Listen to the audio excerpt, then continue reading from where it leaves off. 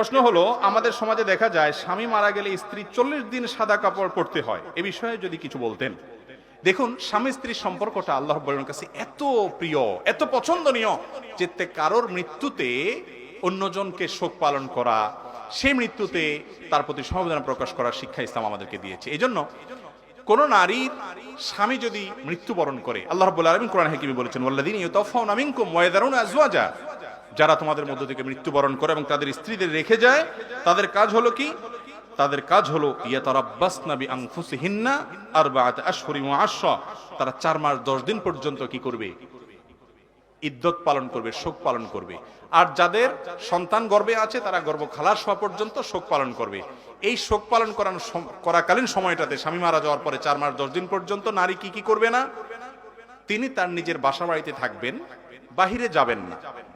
Doctor দেখানোর একান্ত প্রয়োজন হয়েছে, শরীর খারাপ করছে, তখন যাবেন। একান্ত প্রয়োজনীয় কাজ ছাড়া যেই জায়গায়, যে বাসায় তিনি, যে বাড়িতে তিনি থাকতেন, সেই বাড়িতে তিনি থাকবেন, এখান থেকে বের হবেন না 4 মাস 10 দিন পর্যন্ত। এটা শোক পালন হবে তার। আর ওই জায়গায় থাকার মানে এই না যে একটা রুমে ঢুকে বসে থাকতে হবে, ওই বাড়ির চৌহদ্দির মধ্যে থাকবেন, বাহিরে একান্ত প্রয়োজন ছাড়া যাবেন না। দ্বিতীয়ত, তিনি এই সময়ের মধ্যে কারোর সাথে বিবাহ বন্ধনে আবদ্ধ হবেন না। তৃতীয়ত, কারো স্বামী মারা গেলে 4 মাস 10 দিন পর্যন্ত এই শোক পালনের সময়টাতে তিনি সাধারণ যে জীবন চলার তার পদ্ধতি আছে সেটার বাইরে অতিরিক্ত কোনো সাজগোজ করবেন না। বিয়ে শাদীতে গেলে, বেড়াতে গেলে যেটা করতেন এটা করবেন না, যেমন স্বর্ণ গহনা ইত্যাদি, আপনার অলংকার ইত্যাদি ব্যবহার করা, এবং আরো বিভিন্ন রকমের যে এক্সট্রা সাজগোজ আছে সেগুলো করবেন না। এই কাজগুলো তিনি করবেন না। এছাড়া বাকি সব কাজ তিনি করবেন, শোক সন্তপ্ত থাকবেন, এবং তিনি অন্য সাধারণ পোশাক করবেন। আমাদের দেশে মনে করা হয় মানুষের কোনো মহিলার স্বামী মারা গেলে তিনি সাদা কাপড় পরতে হয়, না, এরকম কোনো কথা নাই। সাদা কেন, রঙিন কাপড়ও পরতে পারেন, অতিরিক্ত সাজগোজ করবেন না, এ হলো মূল বিষয়। মনে থাকবে তো ইনশাআল্লাহ? আর এটা 40 দিন নয়, বরং 4 মাস 10 দিন। এরপরের প্রশ্ন হলো, আমার বাবা মারা যাওয়ার পর 40 দিন পর্যন্ত আমরা বাড়িতে থাকি নাই, তাই আশেপাশের অনেকে বলে এতে আমাদের ক্ষতি হবে, আমরা কাজটা ঠিক করি নাই। মানুষের এই ধারণা ইসলামের দৃষ্টিকোণ থেকে কতটুকু যুক্তিযুক্ত? বাবা মা মারা যাওয়ার পরে সে বাড়িতে 40 দিন থাকে নাই, এই জন্য বলে ক্ষতি হবে? কত যে মানুষ কথা বলতে জানে, আল্লাহ জানে।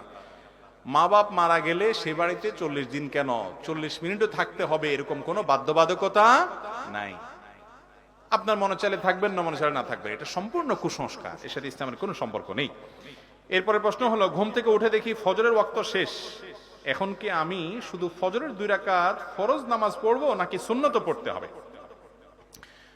আপনি যদি কখনো ফজরের নামাজ পড়তে পারেন নাই, অ্যালার্ম দিয়ে রেখেছেন, তারপরে মিস হয়ে গেছে কোনো কারণে, তো আপনি উঠার পর যখন কাজা করবেন তখন ফজরের ফরজ তো 2 রাকাত পড়বেনই, তার আগে সুন্নত 2 রাকাতটাও পড়বেন। কারণ প্রথমত আবু দাউদের বর্ণনায় রাসূল আকরাম সাল্লাল্লাহু আলাইহি ওয়াসাল্লামের একটি ঘটনা বর্ণিত হয়েছে, প্রসিদ্ধ ঘটনা। সফর থেকে আসার পথে তার জীবনে একবার সবাই শুয়েছেন, রাতে ক্লান্ত, দিনে সফর করে রাতে শুয়েছেন, তারা পালা করে রেখেছেন যে একজন এতক্ষণ জেগে থাকবে, তারপর আরেকজন জেগে থাকবে, পাহারাদারি করবে, শেষে যে পাহারাদারি থাকবে সে ফজরের জন্য ডেকে দিবে। তো এই টাইমে যে সাহাবীর দায়িত্ব ছিল ওই আল্লাহর বান্দা, তার একটু ঘুম বেশি এসে গেছে, তিনি পরের জনকে আর ডাকতে পারেন নাই, যার কারণে সবাই ঘুমেছিল, রাসূল আকরাম সাল্লাল্লাহু আলাইহি ওয়াসাল্লাম সহকারে। সূর্য উঠে গেছে, সূর্যের আঁচ গায়ে লাগার পরে তারা লাফ দিয়ে উঠছে, উঠার পরে তারা ফজর নামাজ কাজা করছেন। সেই কাজা নামাজে তিনি সুন্নত 2 রাকাত পড়েছেন, ফরজও 2 রাকাত পড়েছেন। তাহলে এখান থেকে আমরা জানলাম যে যদি কখনো নামাজ ছুটে যায় তাহলে এটা যখন আমরা আদায় করব, ঘুম থেকে উঠার পরে ফরজ যখন পড়বো তখন আমরা সুন্নত পড়বো, ফরজও পড়বো। কথা কি বুঝতে পারছি?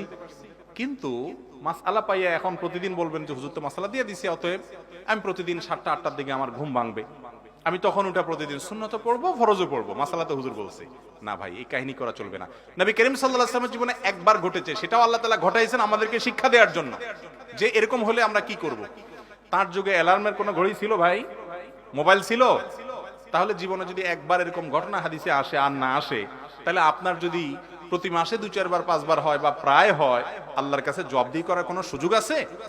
অ্যালার্ম আছে যেখানে, মোবাইল আছে যেখানে, কাউকে বলতে পারেন খবরদার। অনেকে মাসালা বানায় নিছে যে হুজুর হাদিস বলছে মান্নামা আন সালাতিন আও নাসিয়াহা ফালিয়ুসাল্লিহা ইযা যাকারাহা ফাইন্না যালিকা ওয়াক্তুহা। কেউ ঘুমায় গেছে, উঠতে পারে না, যখন উঠছে তখন নামাজ পড়বে, এটাই তার সময়। ঠিক আছে, তাহলে আমার প্রতিদিন 7টা বাজে সময় হয়। এরকম অনেক ভাই আছেন না নাই?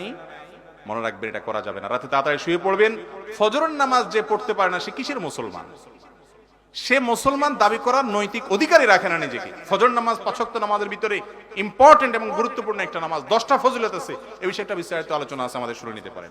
আল্লাহ তাআলা আমাদেরকে তৌফিক দান করুন।